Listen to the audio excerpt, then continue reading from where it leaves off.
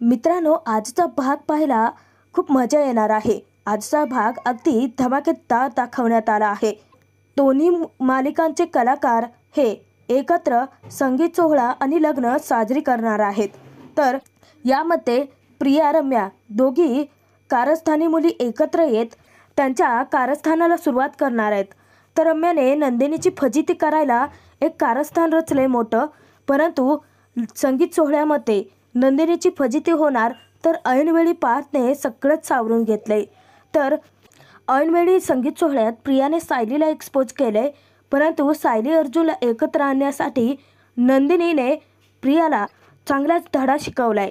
तर आता प्रिया रम्या दोघीही प्लॅनिंग करूनही आता तोंडघशी कशा पडतील आणि सायली नंदिनी या दोघींचाही लग्न सोहळा संगीत सोहळा हा कसा गाजेल ते व्हिडिओत पाहणारच आहोत।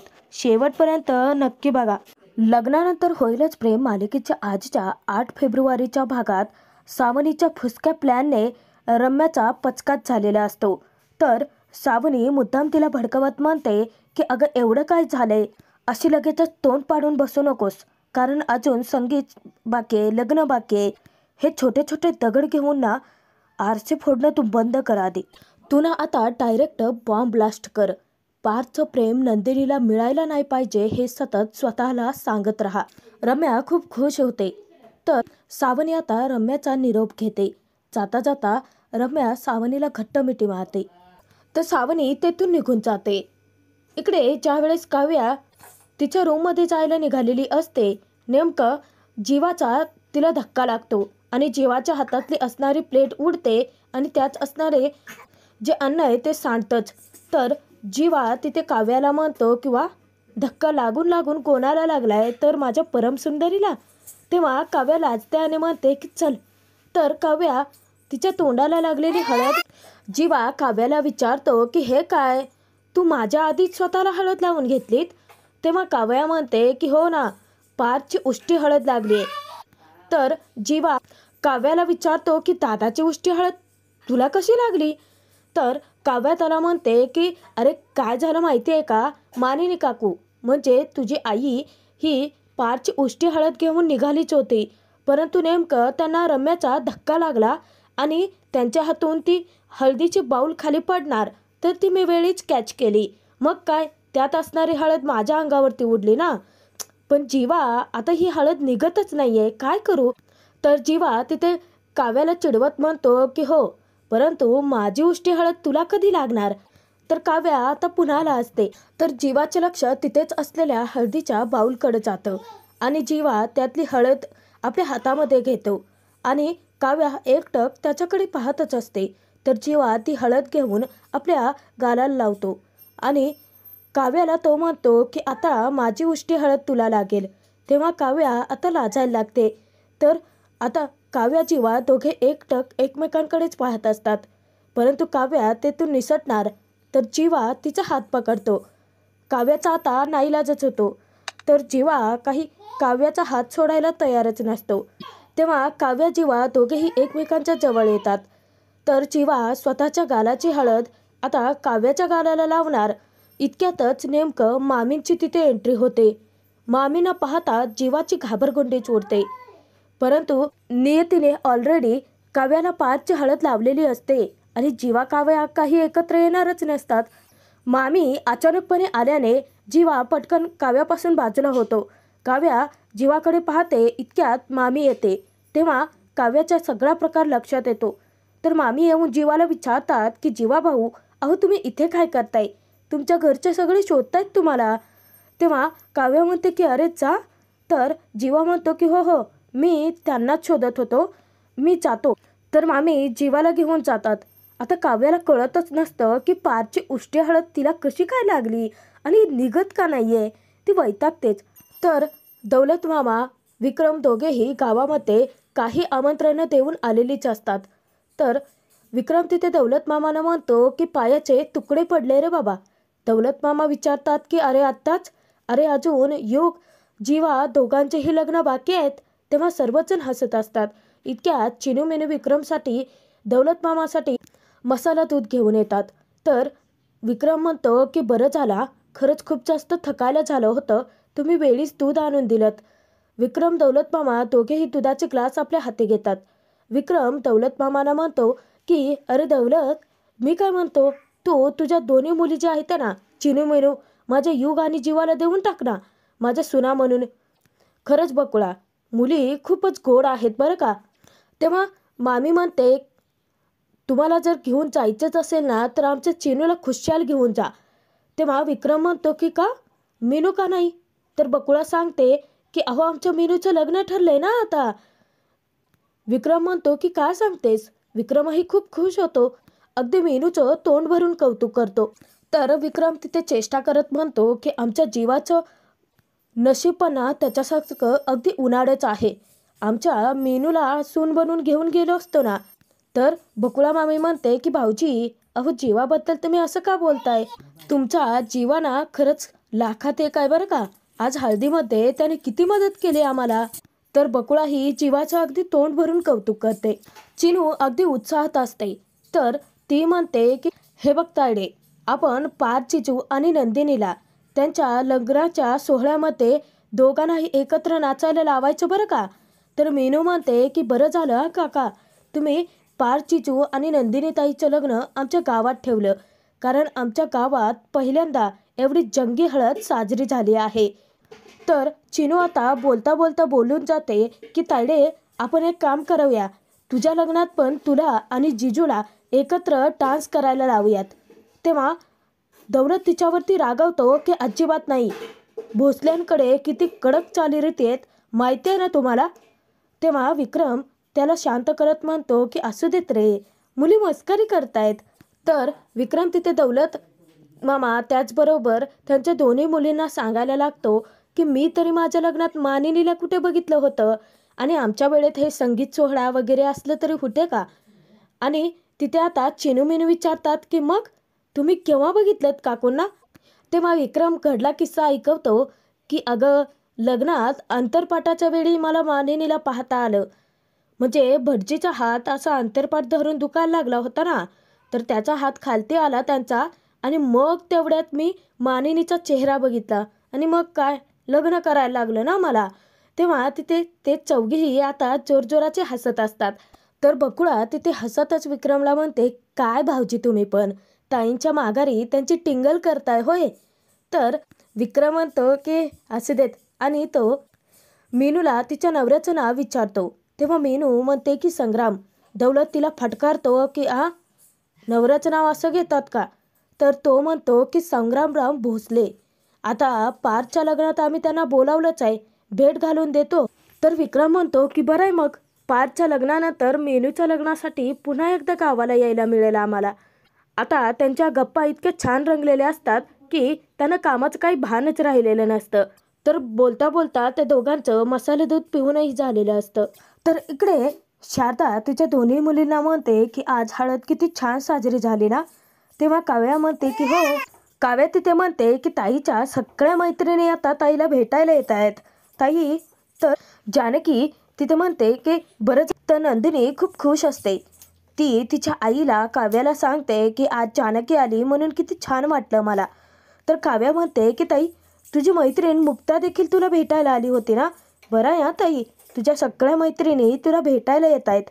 तेव्हा मुद्दाम नंदिनी म्हणते की हो, माझ्या मैत्रिणी मला भेटायला येतात, परंतु तुझं काय. तेव्हा काव्या गप्पच असते. तर नंदिनी विचारते की अगं, तुझी मैत्रीण जीविका येणार होती ना लग्नाला, आणि तू आमची भेटही घालून देणार होतीच, मग अजून कशी काय आली नाही. तेव्हा काव्या जराशी चाच पडतेच. तर काव्या तिथे आता त्यांच्याशी खोटं बोलते, थापा मारायला लागते की ताई कसं आहे ना, त्या जीविकाचं ना कधी काही कळतच नाही. म्हणजे एकदा इथे असते तर एकदा तिथे असते, नुसताना तिचा गोंधळच चाललेला असतो. अगं ताई, ती तर ना आता इथे इथे म्हणता म्हणता ट्रेकिंगलाच गेले. तेव्हा नंदिनी शारदा म्हणतात की काय अवघडच आहे त्या मुलीचं. तेव्हा काव्या म्हणते की जीविकाचं सोड ग तू ताई, परंतु तुम्ही हळदीचे फोटोज पाहिलेत का. तेव्हा शारदा म्हणते की हो, बकुळाने दाखवले आम्हाला, खरंच खूप छान आले आहेत फोटो. तर शारदा हळवी होते. ती म्हणते की इतके दिवस आपण म्हणत होतो ताईचं लग्न आहे, ताईचं लग्न आहे, लग्न अगदी उद्यावरती आलंय. बघता बघता आता लग्नाच्या एक एक विधी देखील पार पडत चाललेत. आता काय, उद्याचा संगीत सोहळा पार पडला की झालं. तर शारदा तिथे स्वतःही इमोशनल होते आणि तिच्या दोन्ही मुलींनाही इमोशनल करते. नंदिनीच्या डोक्यावरून हात फिरवत ती विचारते की नंदिनी, खुश तर आहेस ना तू? तेव्हा नंदिनी तिला समजावते की हो आई, खूप खुश आहे. तर काव्या अचानकच म्हणते की आणि सावध. तेव्हा दोघेही धक्क्याने काव्याकडे पाहतात. नंदिनी विचारते की म्हणजे? तर काव्या म्हणते की म्हणजे मला जे दिसतंय ते तुम्हा कोणाला दिसतच नाही आहे का? तर नंदिनी म्हणते की एक एक मिनिट काव्या, हे बघ, जे बोलायचे ना ते स्पष्टपणे बोल बाळा, कोणाला काही कळतच नाही आहे. तर काव्या म्हणते की बरं ठीक आहे, मला जे दिसतंय ना ते तुम्हाला दिसत नाही आहे. मला ना त्या रम्याचे इंटेन्शन काही ठीक वाटत नाही आहेत. तर नंदिनी धक्क्याने काव्याला विचारते की आणि असं का वाटतंय तुला? इकडे विक्रम मानिनीला विचारतो की काय, आज हळद छान साजरी झाली ना? तेव्हा मानिनी म्हणते की हो, हळद छान झाली, परंतु एक प्रॉब्लेमच झाला होता. मी जेव्हा पारची उष्टी हळद घेऊन नंदिनीकडे निघाले होते ना, अचानक मला रम्याचा धक्का लागला. तर ती हळद ना सांडली असती. तेव्हा विक्रम विचारतो की सांडली असती ना? सांडली तर नाही. तुम्हा बायकाचं ना हे असंच असतं. तुम्ही कसं वागता माहिती का? एकतर सांगता अर्धवट आणि तुमची पुरुषांकडून ही अपेक्षा असते की जेवढं सांगितलंय त्यामध्येच पुरुषांनी सगळं समजूनच घ्यायचं. आता मानिनी म्हणते की राहू देत, सोडून द्या मग मुद्दा, कशाला चर्चा करायची आहे ना? आणि मानिनी चिडून तिथून जाणार. तर विक्रम तिला समजावतो की मानिनी, अगं का चिडतेस? तर विक्रम तिथे मानिनीला म्हणतो की आम्हा पुरुषांचा वरचा जो मजला आहे ना तो कायम रिकामाच असतो. तुम्ही बायका किती हुशार असता. तो मुद्दाम तिला हरभऱ्याच्या झाडावरच चढवतो. मानिनी म्हणते की पुऱ्या. तर मानिनी थेट मुद्द्याला हात घालत म्हणते की पारची उष्टी हळद सांडली असती याबद्दल तुम्हाला काहीच वाटत नाही आहे? म्हणजे मला जे सांगायचं आहे ते तुम्हाला कळतच नाही आहे का? तेव्हा विक्रमच्या लक्षात येतं आणि विक्रम म्हणतो की हे बघ मानिनी, तुझी नक्कीच काहीतरी गल्लत होते. अगं वसू आत्या, रम्या, त्या दोघींनी अगदी मनापासून पार्थ नंदिनीची सोयरीक स्वीकारली आहे. तर मानिनीला तो उलट असं समजावतो की ते बघ, रम्याच्या बाबतीत तुझा विचार तसे आहेत म्हणून तुला वाटतंय की रम्याने हे सगळं मुद्दाम केलंय आणि रम्याच्या बाबतीत तुझी संशयाची पाल जी आहे ना ती चुकते. परंतु रम्याच्या ऐवजी नंदिनीची बहीण काव्य असती आणि तिच्याकडून जर असा चुकून धक्का लागला असता तर तू काय म्हणली असती की हे सगळं चुकून घडलंय ना, मग तसंच समज ना. तेव्हा मानिनी विक्रमला म्हणते की तुम्हा पुरुषांपेक्षा ना आम्हा बायकांकडे सिक्स सेन्स असतो आणि आम्हा बायकांना ना गोष्टी पटकन लक्षात येतात. तर घडला प्रकार पुढचा मानिनी विक्रमला सांगते की कसं रम्याकडून धक्का लागला आणि मानिनीच्या हातातील तो वाडगा पडणार. तो वाडगा नेमका काव्याने झेलला, परंतु त्यातली सगळी पारची उष्टी हळद काव्याच्या अंगाला लागली. तर मानिनीने तिथे रम्याला चांगलं फटकारलंही. तर आता हा विषय विक्रम चेष्टेवरती घेऊन जातो आणि तो म्हणतो की काय सांगतेस? अगं पारची उष्ट हळद काव्याला लागली. तेव्हा मानिनी म्हणते काय तुम्ही, अहो यात चेष्टा कसली करताय? तुम्हाला काही पोच आहे का? तर विक्रम तिथे हसतच मानिनीला म्हणतो की अगं तूच म्हणाली ना की काव्याने वेळीच तो वाडगा पकडला आणि सांडणारी हळद वाचवली. तर इकडे काव्याला तर रम्यावरती संशय आलेलाच असतो, परंतु काव्याचं म्हणणं काही नंदिनी स्वीकारायला तयार नसते. तर नंदिनी उलट काव्याला हे समजावते की अगं झाल्या सगळ्या गोष्टी ती मागे सोडून आली आहे आणि आल्या आल्या ती इथे माझ्यासाठी माफी मागण्यासाठी आली होती. काव्या, तुझ्या मनात जो विचार चालू आहे ना तो चुकीचा विचार आहे, परंतु काव्याचं मन मात्र मानायला तयारच नसतं. तर नंदिनी काव्याला विचारते की बरं ते जाऊ देत, मला एक सांग, जर एखाद्या मुलाचं तुझ्यावरती प्रेम असेल किंवा तुझं जर एखाद्या मुलावरती प्रेम असेल आणि तुमचं जर लग्न होणारच नसेल तर तू शांत राहशील का?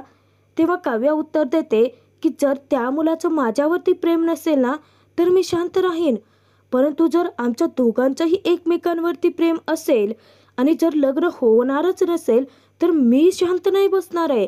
आता काव्या नक्की काय बोलते ते शारदा आणि नंदिनीला काही कळतच नसतं की काव्या अशी का बोलते.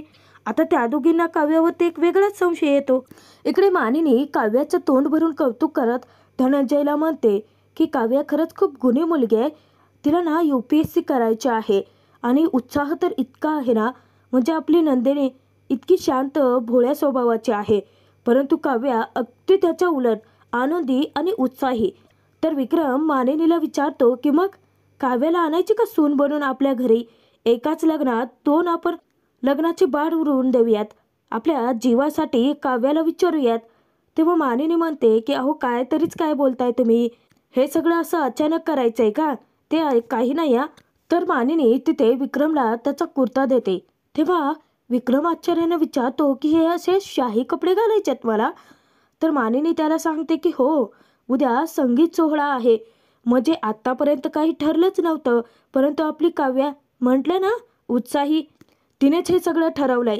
तिने आणि दौलत मामाने इथे वाड्याच्या आजूबाजूलाच कुठेतरी म्हणे हॉल घेतलाय आणि तिथेच संगीत सोहळा अगदी दणक्यात साजरा होणार आहे.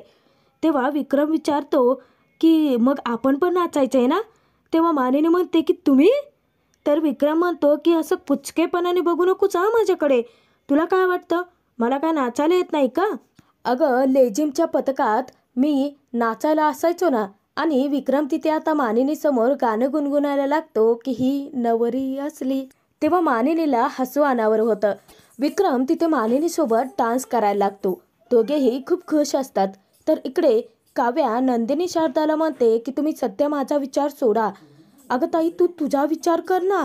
अगं ती रम्याला विश्वास ठेवू नकोस तिच्यावरती. पहिली भेट आठवते ना तिची? ती ज्या वेळेस इथे आली होती तेव्हा किती डोळे वटारून पाहत होती तुझ्याकडे आणि डायरेक्ट तिने तर चाकूच काढला होता तुझ्यासमोर. तुम्ही विसरलात का सगळेजण?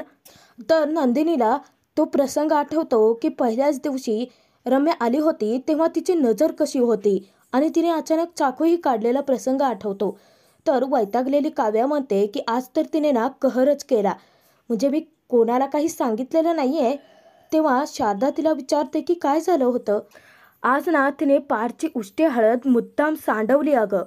तेव्हा नंदिनीला विश्वास बसत नाही. ती म्हणते की चल चल उगाचच काहीही सांगू नकोस हा.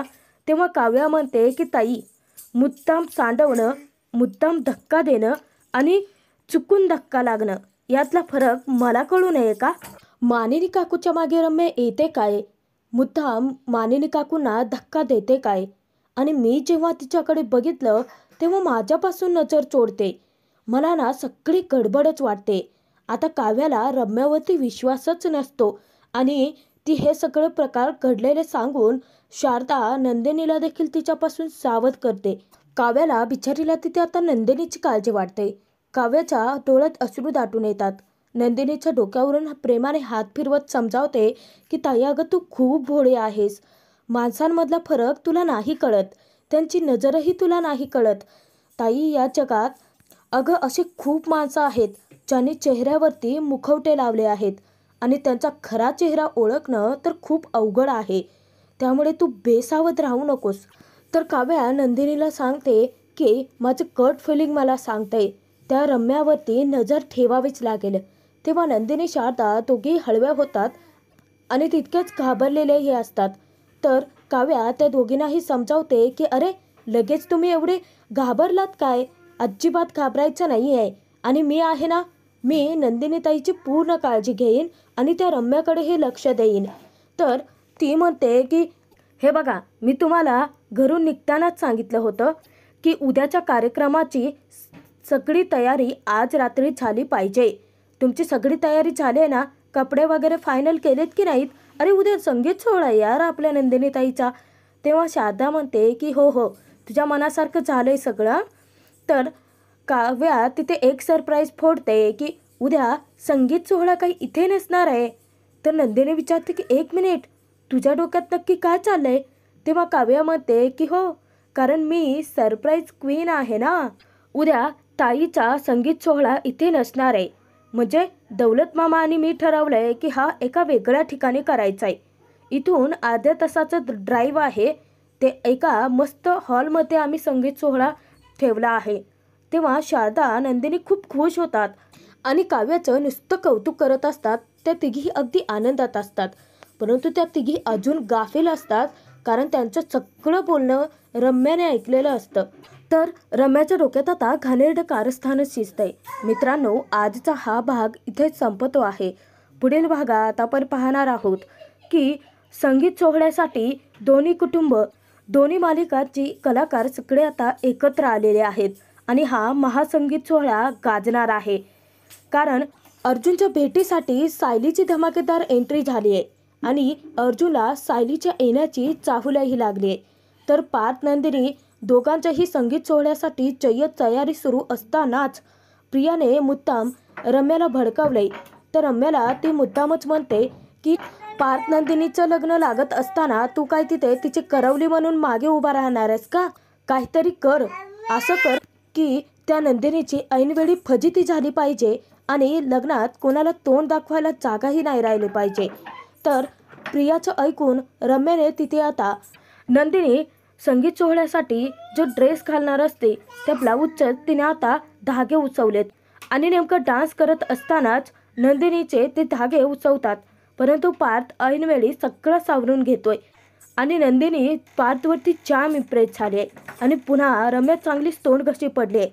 तर पार्थचं जेव्हा नवऱ्या मुलाचं त्या हॉलमध्ये स्वागत केलं जातं तर मुद्दाम रम्या आरती विजवते आणि वसवाते असा कांगावा करते की जसं काही मोठा अपशकुनच घडलाय. तर इतक्यात आता संगीत सोहळ्याला सुरुवात होणार.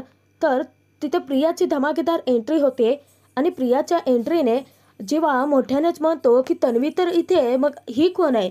तर ऐनवेळी संगीत सोहळ्यात प्रियाने सायलीला एक्सपोज केलंय. परंतु प्रिया आता सायलीच्या अंगावर धावून जात तिच्या जोरात कानफटात लगावणार. तर नंदिनी तिच्या मदतीसाठी धावून आले आणि नंदिनीने सायलीने अर्जुनच्या प्रेमाला न्यायही दिला आहे. मित्रांनो, हा महासंगीत सोहळा पाहायला मजा येणार.